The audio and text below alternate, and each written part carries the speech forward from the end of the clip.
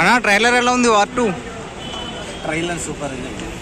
So మీకు బాగా నచ్చిన షార్ట్ ఏంటన్నా ట్రైలర్లో? All action sequence. All action సీక్వెన్సా? సో మరి ఇద్దరు కాంబినేషన్ బాగుంది అన్న. హృతిక్ రోషన్ ఏమైనా డామినేట్ చేశాడా లేదంటే ఎన్టీఆర్ డామినేట్ చేశాడా? ఎవరి డామినేషన్ అనేది ఏం లేదన్న, ఎవరి షార్ట్కి వాళ్ళ ఇండివిజువాలిటీ. సో మరి రికార్డ్స్ ఎక్కడ దాకా తీసుకెళ్తుంది అనుకుంటున్నారు? We are aiming for box office అన్న. బాక్స్ ఆఫీసా? అంటే పుష్ప రికార్డులు ఏమైనా బ్రేక్ చేసే ఛాన్స్ ఉందంటారా? ఆబ్వియస్లీనా. సో మరి విలన్ గా చేస్తున్నారు కదా జూనియర్ ఎన్టీఆర్, సూట్ అయ్యారంటారా విలనిజంలో? విలన్ కాదన్న ఈ సినిమాలో, రా ఏజెంట్ టైప్ అన్నమాట. మరి చూస్తే బాగా సీరియస్ గా ఇప్పుడు అదే ఒక మిషన్. ఓకే, వాట్ ఎవరైతే ఇప్పుడు గూఢాచారి సినిమాలు ఎలా ఉంటది మనకి, similar kind of movie war. Okay, అంటే ఇద్దరు హీరోల మధ్య ఫైట్ సీక్వెన్స్ కూడా ఉన్నాయి కదా, ఎలా అనిపించింది అసలు కూడా? అలా అది మనం ఎంత ఎక్స్పెక్టేషన్స్ అని పెట్టుకోవచ్చు అన్న. ఫైట్ సీక్వెన్సెస్ ఈ మెయిన్ మూవీకి అసెట్ అనే ఫైట్ సీక్వెన్సెస్. ఓకే, థ్యాంక్స్ అండి. కానీ మనమైతే మన హీరో ఉన్నాడు కాబట్టి, మా ఎన్టీఆర్ ఉన్నాడు కాబట్టి మేము ఎన్టీఆర్కే ఫస్ట్ ప్రిఫరెన్స్ ఇస్తాం కాబట్టి మాకు వాటరే ఇంపార్టెంట్. ఆ తర్వాతనే కూలీ అయినా ఏదైనా కానీ. నాగార్జున కూడా ఉన్నాడు కాబట్టి నా 6 ప్యాక్ ఎలా అనిపించింది అంటే అరవింద సమేతలో నుంచి ఆ ట్రాన్స్ఫర్మేషన్ డైరెక్ట్ ముంబైకి వెళ్ళిపోయి అక్కడ షిప్ లో లేచడం అనిపించింది. ఎందుకంటే అలాగే సేమ్ అదే ఫేస్ కట్, అదే లుక్స్, అదే సేమ్ బాడీ షేప్ మొత్తం అలాగే ఉంది. అలా మెయింటైన్ చేయడం ఎవరి వల్ల కాదు. ఇప్పుడు ఏదో ఇన్స్టాగ్రామ్ లో పోస్టులు పెట్టుకొని బాడీ అది ఇది బూస్ట్ బూస్ట్ అంటారు, కానీ ఇవన్నీ మావాడు ఎప్పుడో చేస్తున్నాడు, చేస్తూనే ఉంటాడు. మావాడికి ట్రాన్స్ఫర్మేషన్ అనేది అదేదో వెన్నతో పెట్టిన విద్యలాగా అయిపోయింది అన్న. నెలకు ట్రాన్స్ఫర్మేషన్ మారుతున్నాడు. సో దాని మీద ట్రోల్స్ వేస్తున్నాడు, వేసుకొని వాడికి రీచ్ కోసం వాడు వేసుకుంటున్నాడు అన్న. డామినేషన్ ఎవరి దగ్గర ఉందన్న? తెంగాం కదా, బాలీవుడ్ తెంగాం కదా, దేవన్ మాదే, లాంగ్ రన్ మాదే, అన్ని మావే కదా. పుష్ప రికార్డ్స్ బదులు పెడుతుంటారా?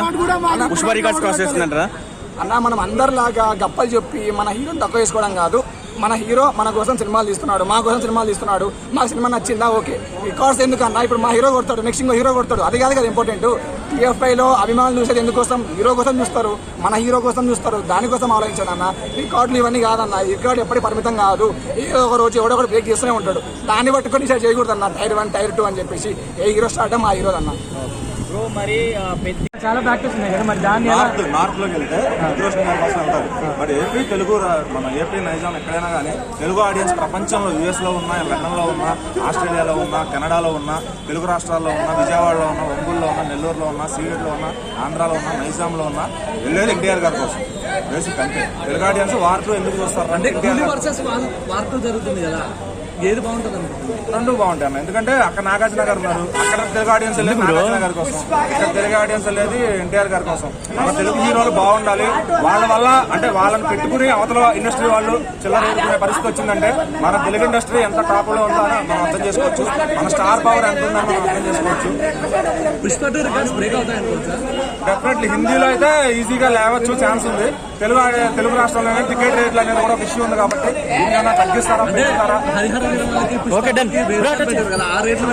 అదే ఆ రేట్లు పెడితే ఈక్వల్ దేవరా సలారీ ఇవన్నీ క్రాస్ చేస్తుంది. కాకపోతే ఏంటంటే టాక్ కూడా యునానిమస్ గా ఉండాలి. సో పుష్ప 2 ఏంటంటే ఎక్కడ చూసినా కూడా యునానిమస్ వచ్చింది. అలాగే హిందీ ఆడియన్స్ ఎంతో వెయిట్ చేశారు, మనకన్నా కూడా వాళ్ళు ఎక్కువ చూశారు.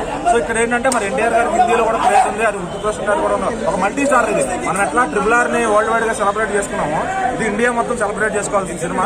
బట్ మన ప్రిఫరెన్స్ అంతా కూడా జూనియర్ ఎన్టీఆర్ గారికి ఉంటుంది. అన్న అరవింద సమేత రోజులు గుర్తొచ్చాను నాకైతే. లిటరల్ అన్ని 7 years బ్యాక్ వెళ్ళిపోయాడు ఆ షార్ట్ లో మాత్రం. రికార్డు లేపుతారా? రికార్డులు వచ్చినా చూసుకున్నా ఎందుకు ముందే అవుతా మాట చెప్పడం. బాగుంది. ఇద్దరు కూడా ఇండియాస్ నెంబర్ 1 డాన్సర్స్. వాళ్ళిద్దరి మధ్యలో ఒక డాన్స్ మూమెంట్ పడితే ఇంకా సాంగ్ వచ్చి అయితే వేరే లెవెల్ ఉంటుంది. సినిమా అయితే బ్లాక్ బస్టర్. ఈ దెబ్బతో హాలీవుడ్కి వెళ్ళిపోతాడంటారా? హాలీవుడ్ వెళ్ళిపోతాడు. నిన్న చూసాం అన్న పైన పేరు వచ్చింది, ఎందుకంటే పేరు వచ్చింది, అన్న పేరు వచ్చింది. ఓకే ఓకే, సంతోషంగా ఎక్కువ చేస్తాం సెలబ్రేషన్.